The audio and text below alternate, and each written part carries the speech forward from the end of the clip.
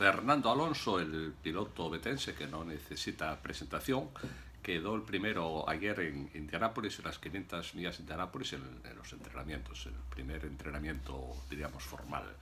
La carrera es el 28 de mayo. Quedó el primero, fue a 356 km por hora, llegó ayer. Y sin embargo en Europa la Fórmula 1, pues no digo que haga el ridículo, pero bueno, lleva este año y el anterior muy mal.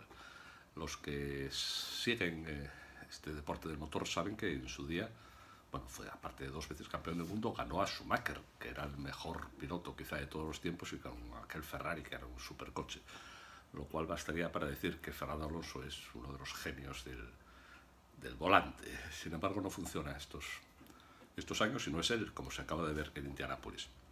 Yo creo que la explicación es muy sencilla. Aquí en la Fórmula 1 son todo normas, está todo intervenido, y a mi juicio es muy sospechosa muchas cosas que ocurren en Estados Unidos. Por lo que se ve, diríamos, es más limpio, es más claro, es más, no depende de tantas normas, no depende de los... Aquí la Fórmula 1 parece que ya no son coches, lo que cuentan son los neumáticos, y dentro de los neumáticos, pues la temperatura de los neumáticos. O sea, al final ya, ¿dónde están las carreras? Y lo que cuenta es la temperatura de los neumáticos, a su vez depende de no sé qué compuestos y de no sé qué vueltas que den, en fin.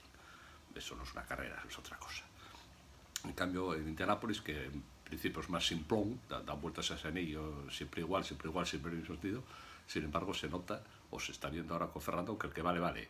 El que vale, vale, y el que vale, gana. Así que me parece que el éxito de Fernando Alonso, el presumible éxito de Fernando Alonso, también es un éxito del juego limpio, entendido al menos como libre de millones de normas y de tinglados burocráticos que ahogan el deporte y ahogan la emoción.